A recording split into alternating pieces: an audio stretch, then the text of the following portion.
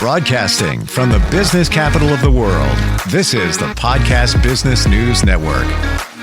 Hi, yes, life is never easy. You want it to be, but that's not real. There's going to be curveballs thrown your way. There's going to be hiccups along the way. I used to call them mountains. I call them speed bumps. You got to go over them to get to the other side. How do you navigate, or how do you get into the mindset of being prepared for those things that present themselves along the way of life? We are going to talk about that today. And interestingly, we're going to frame it through the eyes of science. He has worked in the scientific field for many, many decades, taught it, has written so many different papers in journals. He's an author, has a fabulous memoir, and he's had many eureka moments, like noted scientific eureka moments over the years. Grant Venerable joins us today on the program. Hey, Grant, how you doing? Well, I am fine, Stephen. Let's see if I can get myself in focus here. This is something that we're going to talk about today, something that many of us are challenged by. Many don't like change. Many like to be comfortable. And I get it. It just feels better to be in that spot. But also at the same time, you don't move your life forward if you remain in that comfort setting, or when things happen, if you play the victim. Now, for you, this is happening in real time. You're in the process of moving. So there's potentially lots of hiccups that can come along with that, right? It just seems like 1,000 details to make everything fall into place. But I shouldn't have said that, because that doesn't work, to make things fall into place. You allow things to fall into place by setting it up so that can happen. Okay, let's go right there. Let's press that button on pause. Would it be safe to say that if you are expecting things to go wrong, they, by universal law, could potentially go wrong, because you're telling the universe, yeah, I'm all set for you. Yeah, make it go wrong. I'll deal with it. Do you believe in manifestation that way? Say that again. Do you believe in manifestation? For example. Oh, manifesting. Yes. Yes. Yes. I wouldn't have finished college or graduate school without manifestation. And how do you mean that? You manifested your future? You manifested your success? I manifest by declaring my truth. The truth is simply, what is the purpose that I'm seeking? I'm seeking to apply to college. Well, I applied to 6 colleges and universities, and I got into nary a one. I thought, how did I mess up like that? And well, I had applied to all Ivy League caliber universities. And my father's alma mater, which is one of the top class schools in the world for engineering and science, that was at Caltech. So, but my father taught me a philosophy of life on how we manifest what we need to, number 1, survive, number 2, to fulfill our desires. And that could be, not necessarily I want to get this new car, but that could include that. But the desire is to live with a certain satisfaction. I used to teach that in chemistry, in teaching about laws of systems. And the purpose of the main system I was teaching is called the Venn matrix of a system. And I could really explain that a little by reminding people who are well enough along that they remember the motion picture, The Matrix, which came out around 1999. Except The Matrix was not about the individual manifesting those desired purposes in life. It was about living in a cyberspace in which a sinister-minded artificial intelligence was in charge. And this sinister system was always preventing people from living smooth lives. Well, my Venn matrix came along 20 years later in 1980, and it has quite a history. And that's a story all on its own. But I got it, the idea of the Venn matrix, the Venerable matrix, is that there are 5 properties of an optimum system. And if you know how to apply those properties, you can live a successful life. You can have a successful career. And we've discussed a few of those properties before, Stephen, some time ago. But the first one is, do you have a project? You have a purpose that you want to fulfill? That's domain A of the Venn matrix. Do you have the resources you need to carry out those projects to completion? That's the second domain. But these resources are not just material resources, they're informational resources as well. They're values resources. Things that you believe in are core to living a successful life. People can go to various sources for that. They can go to religion, they can go to philosophy, they can go to Eastern philosophy, whatever it is that works for them. That's a resource that's in that domain B. You have a domain C. Those are your linking and communicative resources. Namely, those resources teach you, enable you to go find the material and the invisible hidden resources that you need. And the fourth domain is the change, transformation, and balance domain. In chemistry, we call balance equilibrium. In engineering, we call it equilibrium, equal balance in a system, a dual system. And then the fifth one is the one that is the least understood. In Greek philosophy, it's called the quintessence. That's domain E. It's called the identity element of a system. Without the identity element, a system doesn't know what it is.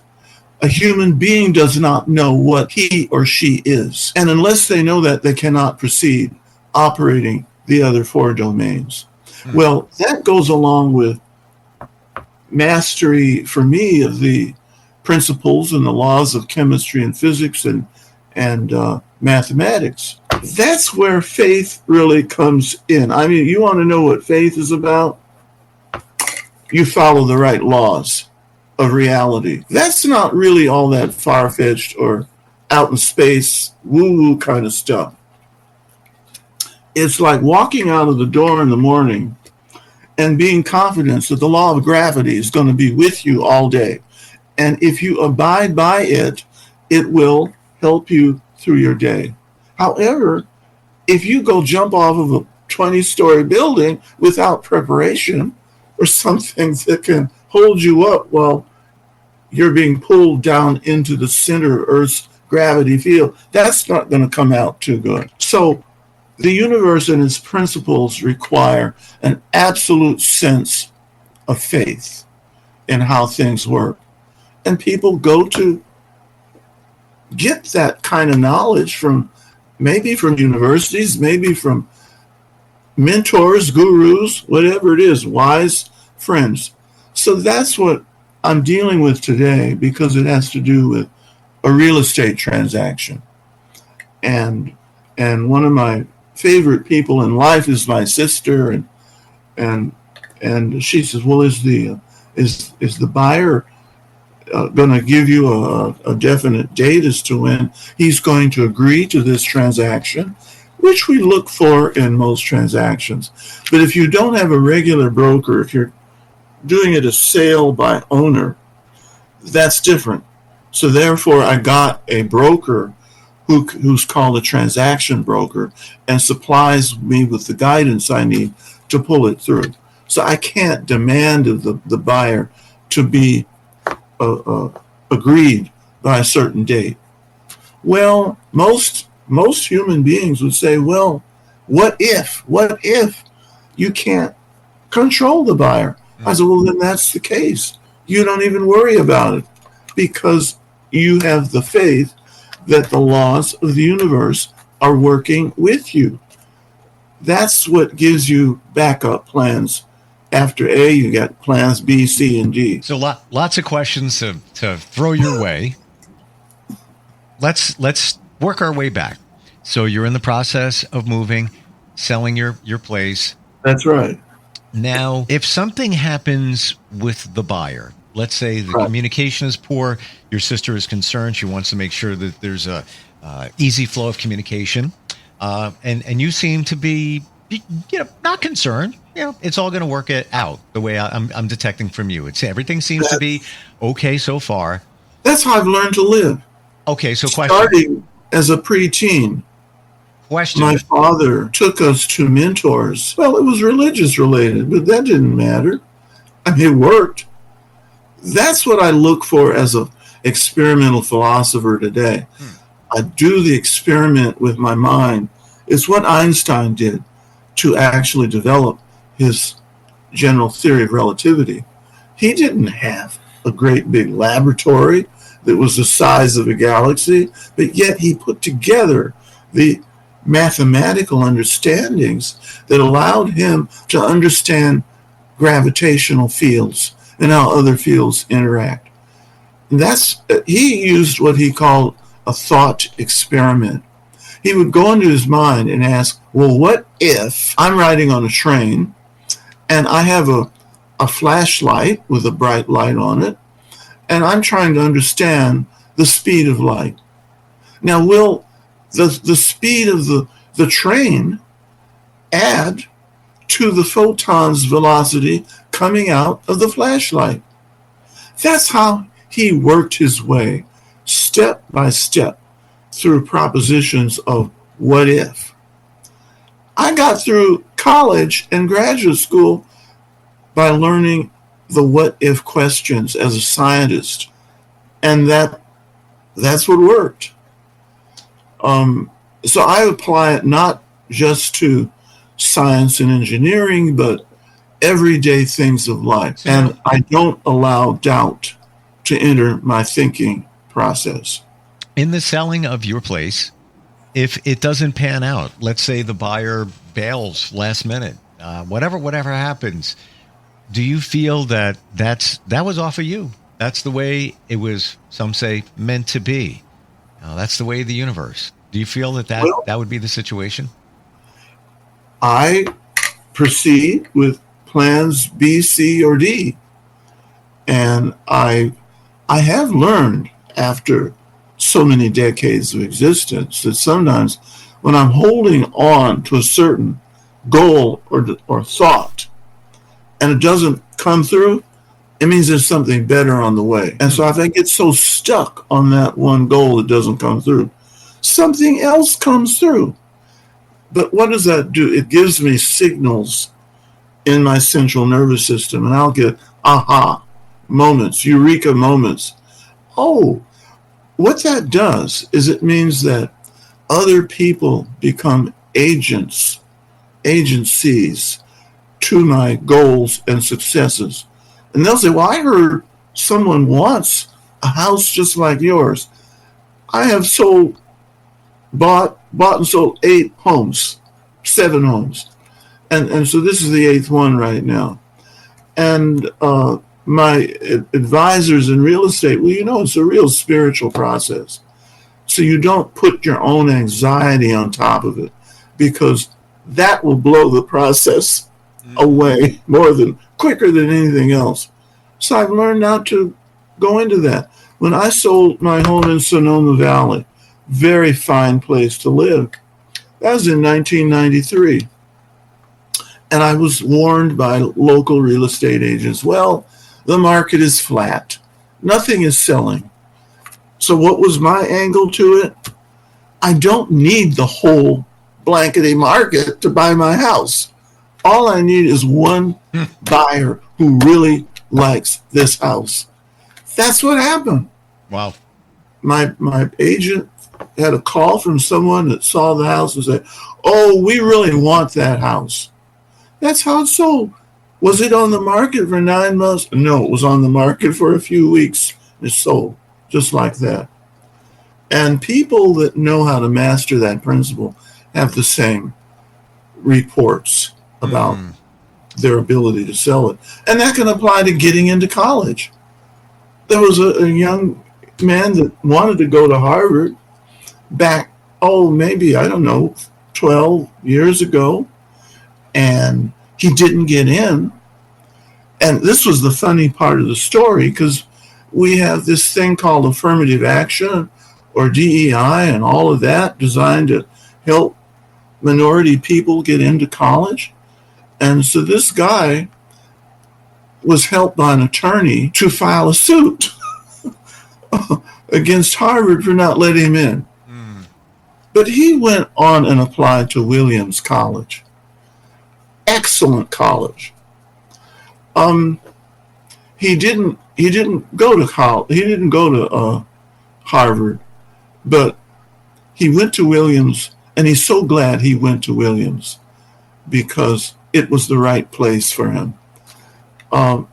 See, this comes to what's happening with our politics today, where we want to get the right laws so that people are not getting just frivolously injured because of their identities. This gets into identity politics, demographics, but hopefully to have a minimum of legal assistance so that you don't have a free-for-all attack on people because of their ancestries, their heritages, or something about their personal properties. But the answer is for people to get in touch with this principle of what we call right action, that is to declare one is in the right place at the right time. And every time people say, well, how do you know that's going to happen? I said, I don't know. I have to wait and let it. But that's how life is operated. So when I didn't get into 6 universities I applied for, I was very disappointed, but a call came out of the blue to my father. It was one of his old engineering friends who was a prominent professor at UC Berkeley, transferring to UCLA. He said, well, how are your kids, Grant? And that's my father's name, Grant. Mm-hmm. Oh, they're fine. My son is still trying to get into college. But this professor said, here, I'm going to give you the name and phone number of my secretary at UCLA in the engineering division.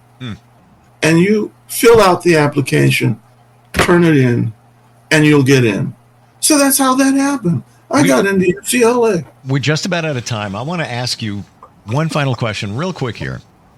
Based on what you're saying and based on not worrying so much about things like selling your home, getting into college and all that, my mom always used to say this phrase. And I used to just, I'd be in my 20s and I'd hear it and I'm like, mom's old. What does she know? And now that, I'm her age when she was saying it, now it came clear. Go with the flow. Go with the flow. Oh, that's great.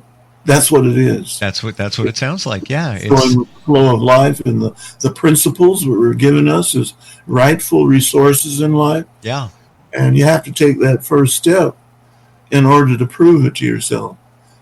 Yeah. Otherwise, you hang out in doubt, and it just seems like the universe is going to take you that way anyway. So you may as well just get on your back in the river of life and just flow, just go. You can't fight it, That's right. In terms of worrying about it.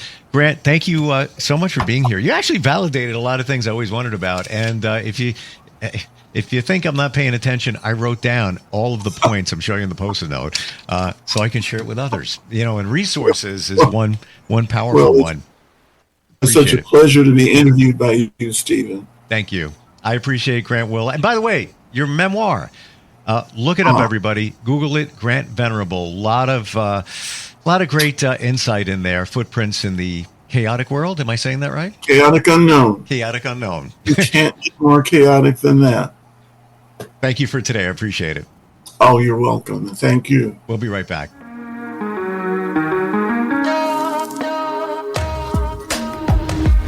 Broadcasting from the business capital of the world, this is the Podcast Business News Network. When I was little, I didn't talk for a long time. I liked things to always be the same. Anything new or different would scare and upset me. I was very sensitive to lights and sounds. It was almost like I had bigger eyes and ears than everyone else. So I built secret hiding places where nothing could get in. I didn't like looking people in the eye. It made me feel uncomfortable. I'd throw big tantrums over little things like when my socks didn't match. Sometimes I'd do the same things over and over. Until one day, I found out I had autism. My family got me help. Slowly, I learned how to live with it better. You can see signs of autism in children as young as 18 months. Early intervention can make a lifetime of difference. Learn the signs at autismspeaks.org/signs. Brought to you by Autism Speaks and the Ad Council.